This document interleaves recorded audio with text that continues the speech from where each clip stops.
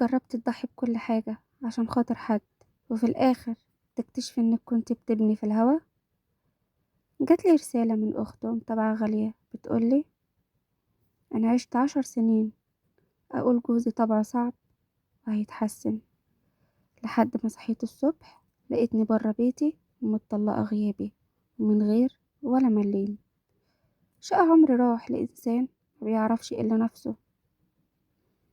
الرسالة دي وجعت قلبي بجد، لأن فخ التضحية زيادة عن اللزوم بنقع فيه كتير كستات وبندفع تمنه غالي. النهاردة هحكيلكم الحكاية دي من غير أسماء علشان الأمانة، بس الأهم هقولك على حاجات لو لقيتيهم في اللي قدامك ارفعي الراية الحمراء وقفي فورا، لأنك بتتعاملي مع شخص نرجسي هيدمر حياتك. ما تنسوش تحطوا اللايك وتعالوا اسمعوا معايا الكارثة دي حصلت ازاي.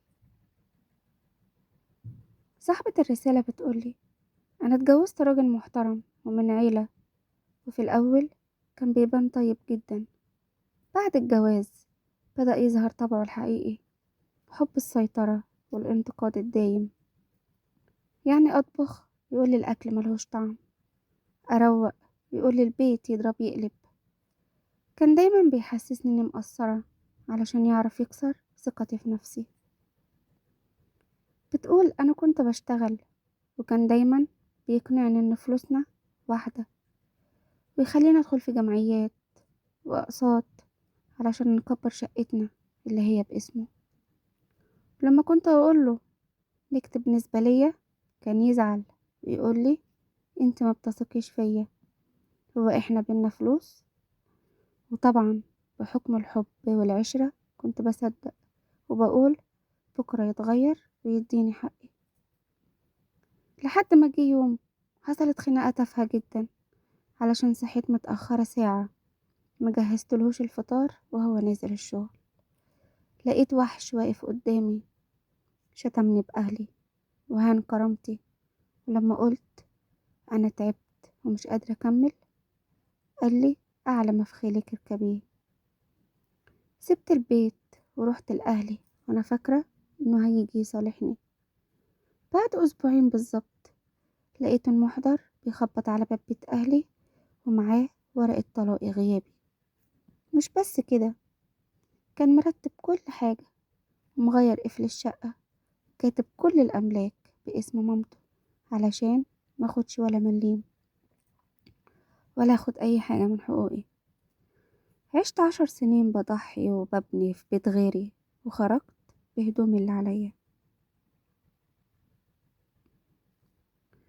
ردي أنا على الحكاية دي ورسالتي لكل ست بتسمعني: فوقي.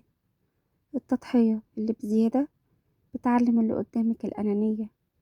الراجل اللي يحبك بجد هو اللي هيحافظ على كرامتك وأمانك قبل أي حاجة.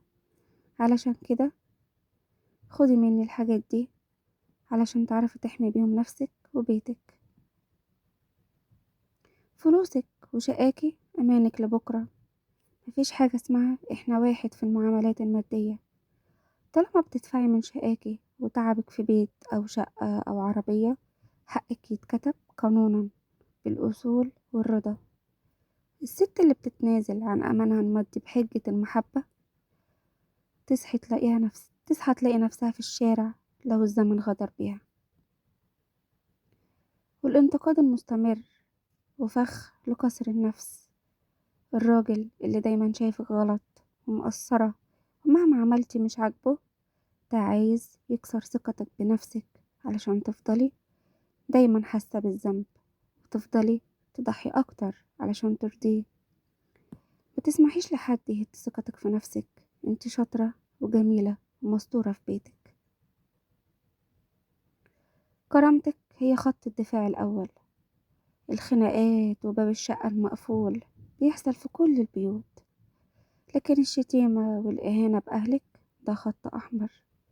ما تعديش الإهانة الأولى كأن شيئا لم يكن، لأن اللي بيهينك بكلمة النهاردة بكرة هيهينك بالفعل ويمشي في جنازتك وما يزعلش عليكي. وهي دي كانت حكاية النهاردة، وفي الآخر حابة أقول إن البيوت دي قايمة على المودة وعلى الرحمة، مش على السيطرة وكسر الخواطر. وأختنا صاحبة الرسالة بقولك ربنا هيعوضك، والفلوس بتروح وبتيجي، بس صحتك وكرامتك هما اللي باقيين. اعتبريه درس غالي علشان تبدأي من جديد وأقوى من الأول. عايزاكم بقى تنزلوا تحت في التعليقات وتقولي رأيكم بصراحة، وشوفتوا في حياتكم قصة شبه دي، وإن التضحية زيادة عن اللزوم بتقلل من قيمة الست ولا لأ، وإيه نصيحتكم لصاحبة الرسالة علشان تقف على رجليها تاني. وأنا هقرأ كل تعليقاتكم وهرد عليها بنفسي.